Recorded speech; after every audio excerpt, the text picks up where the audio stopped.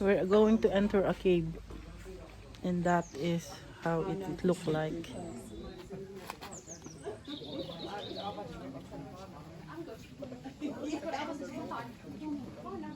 So down there, I've wet feet when I come out of there.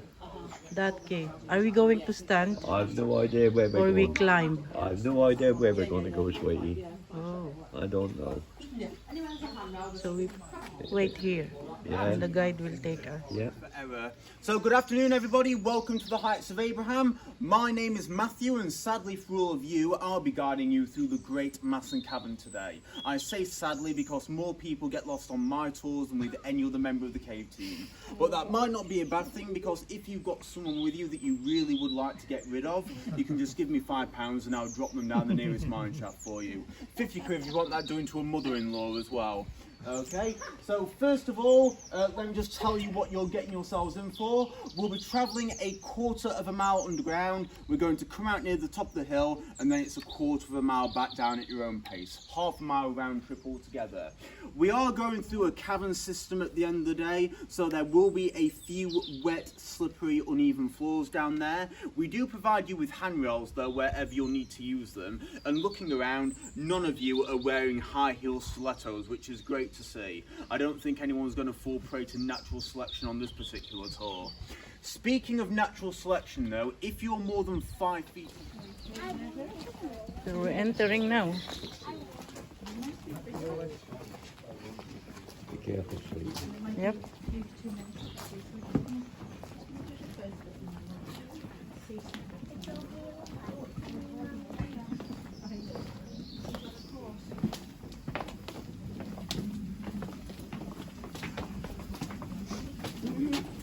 Where's that? Yeah. Yeah. Right. That's a good start. I've lost you. It's definitely cold, isn't it? I need an overcoat. Oh, mine does maybe slippery, Yeah, it's mister. alright, sweetie. Your shoes okay? Yeah, I'm fine. I'm all worried about your knees.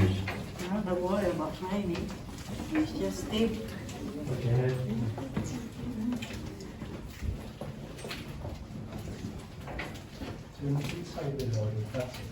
That's it.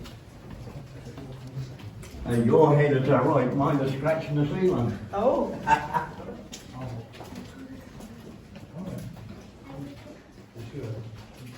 It's dark.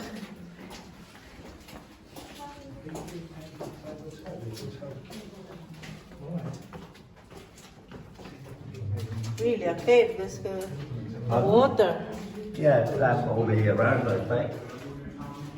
That's why you take where the water come from when you get the rivers. Yeah. You think inside is like this wherever you go.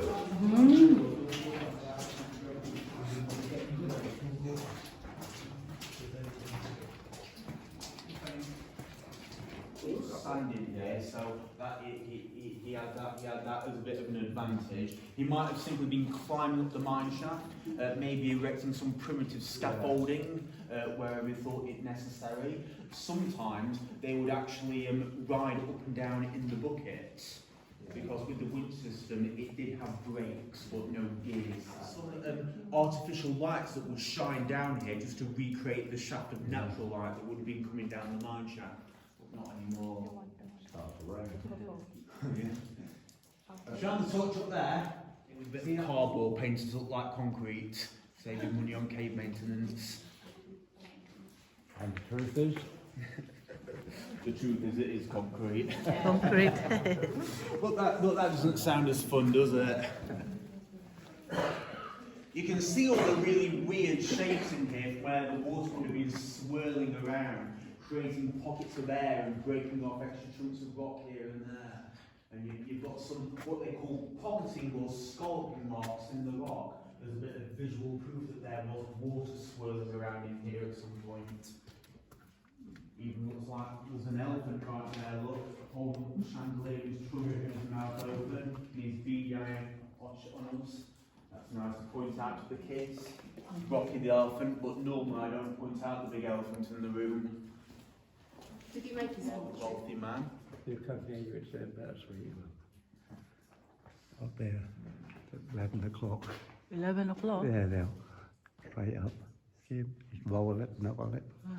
Don't know whether any of you might be wondering if we've ever hosted special events in here on account of all these beautiful coloured lights. I can confirm for you, we have held musical concerts down here on 2 occasions that I know of.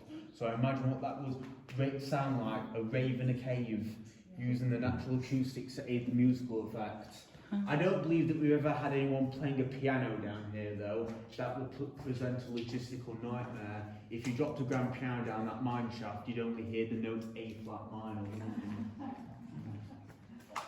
And back then there would have been lots of volcanic activity around here. That's how the Derwent Valley was shaped as we know it today. And when you had all those volcanoes blasting their way out the ground, you would end up with lots of cracks and openings getting torn up into the rock. And the molten minerals and mineral-rich waters would have flowed into those cracks. And that's how all the minerals got trapped inside the rock and eventually hardened into all the crystals that you'll find down here. That's what the pipe vein is. It's a volcanic crack that would have gotten filled with molten galena. So that's the story behind it. It's water. So over there you can see the back of the Great Chamber. That's where we were earlier. This place is called the Antechamber, and it's the last place we're going to see on the tour. There's a few things it's worth pointing out in there. Why don't we start off with that writing you've got on the wall? That's something that you'll see in every mine around here because it basically works like a stamp of ownership. The miners would carve that onto the rock in order to stake their claim to the part of the mine they were working in, along with any lead deposits that would have been up for grabs. If you look in the bottom left-hand corner of the so-called miner's plaque, or miner's journal as they called it, you can see the date 1705. So we know they began working down here 318 years ago, or maybe yesterday at 5:05 in the afternoon. It depends on how you want to read it. And you've also got the initials of all the people that would have been working down here at the time. I'll just go through some of the more interesting examples with you. In that one box there, you've got 2 sets of initials instead of 1. Now that's because those 2 miners were brothers. They were Isaiah and Mordecai Fern. The Fern brothers lived in Bonsall over the hill. I don't know whether any of you might be familiar with the village of Bonsall. Today, apparently it's a hotspot for UFO sightings. And every year they have a chicken race in the Vicarage Gardens. I'm not even making that stuff up. Only in Derbyshire. But what's interesting about those 2 brothers is that they lived to be 98 and 103. This was back in the 18th century, when your average lead miner only had a life expectancy of 50 or 55 years. That's actually not bad considering the national average back then. Mordecai didn't retire until he was 78, and there's even a rumour that Isaiah was able to outlive 16 wives. So I just want you to imagine for a moment being married 16 times. That might have helped to keep him young, or it might have helped to finish him. Telling people, whatever you do for love of God, don't go anywhere near this slimy rock, because that is the overflow from the gents' toilets dripping down here. At least that's what I tell the young children when I catch them giving this rock a full body massage for some bizarre reason. The children will then burst into tears, and I become very proud of myself, because you've got to take the perks of the job wherever you can.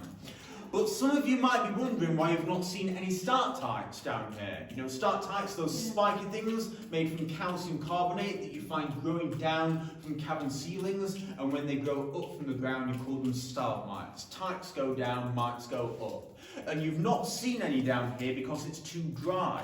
Calcium carbonate needs water in order to form. But somewhere inside the rock above our heads there's a layer of, very expansive layer of volcanic clay. It's known around these parts as the Derby Dome. And the Derby Dome just acts like a natural shield, stopping the water from getting through. This isn't a natural hole either. It's a ventilation shaft carved out by the miners so they could get some fresh air while they were hard at work down here. And as you can see, there's something coming down from the cafe toilets, but it's not a good idea to dwell on what it might be.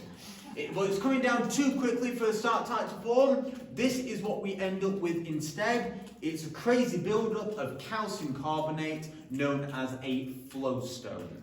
Okay, just like a stalactite will grow over time, this thing is expanding at the rate of roughly 1 centimetre every 10 years. So it's got all the thrill factor of watching paint dry, you'll agree. The people working down here hundreds of years ago, they called it Miner's Sneeze, or the Snot Rock if you like. So if I catch people touching it, I say that with you it's a lose-lose situation, because you've either been fondling raw sewage or 300-year-old bogies. Can't win at the end of the day, can you? We're near the top. Yeah.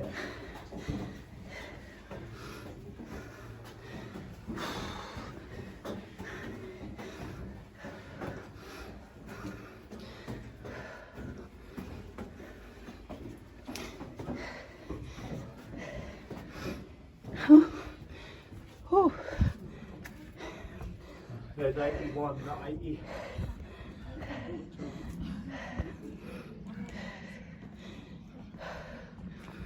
Whew.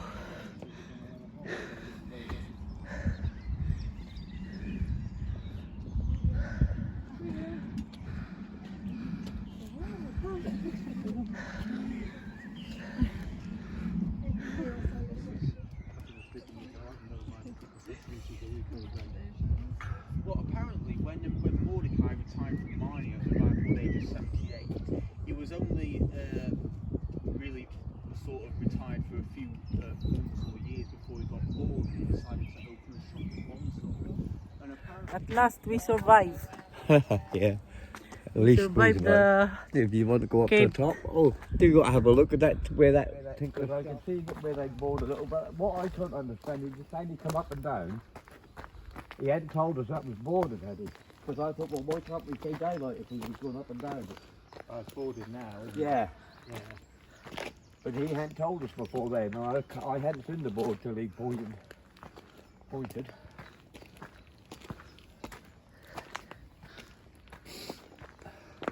oh, there, where the stone are.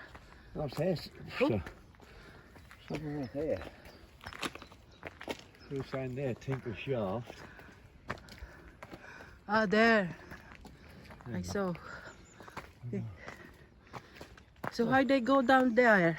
He lowered himself down there. He had a Rope, rope around like a pulley. A pulley. I suppose he pulled himself round the wheel and he pulled himself up and lowered himself down. Oh. Yeah, well, and Ah, there you go. So there is the mine where the people go down in that hole, yeah. cave. Oh gosh. Well, I shan't be going in the other cave. No. Which No. cave? There's another one. As Oh, much as I'd like to, I don't think I've got the... No, Might you. be a bit more adventurous, a You. bit further down. Yeah. Ah, there's another cave. I come and do it tomorrow, but I don't think I can do it today. Yeah, When? Today? but I don't think I've got the energy to do it. So we can stay and then Tanya and Aunt can go. Well, you can do as well, sweetie. No, You I'm want? my throat. Because that's here, he went down here then. Oh yeah. Tinker Shaft. 33.5 metres, 110 feet. What's this white stuff?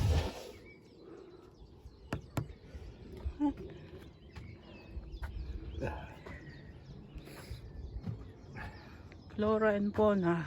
Oh, the mine shaft was this, where the dark bit is at. Where the dark bit, that was the mine shaft was that. Right where the To dark be. Mm.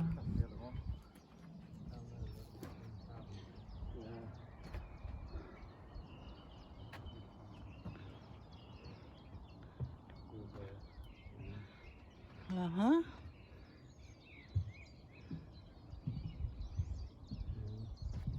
This was once industrial activity, but this hillside is riddled with lead mines. In fact, you are standing on top of one now.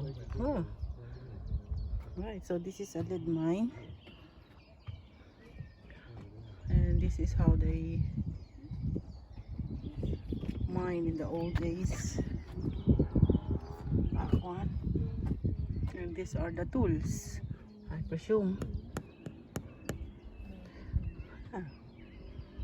That could be a thing also.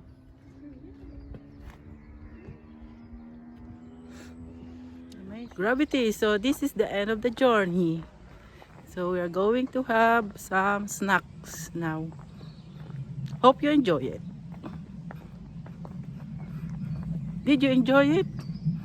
Me, yeah. Yeah. Yeah. Good.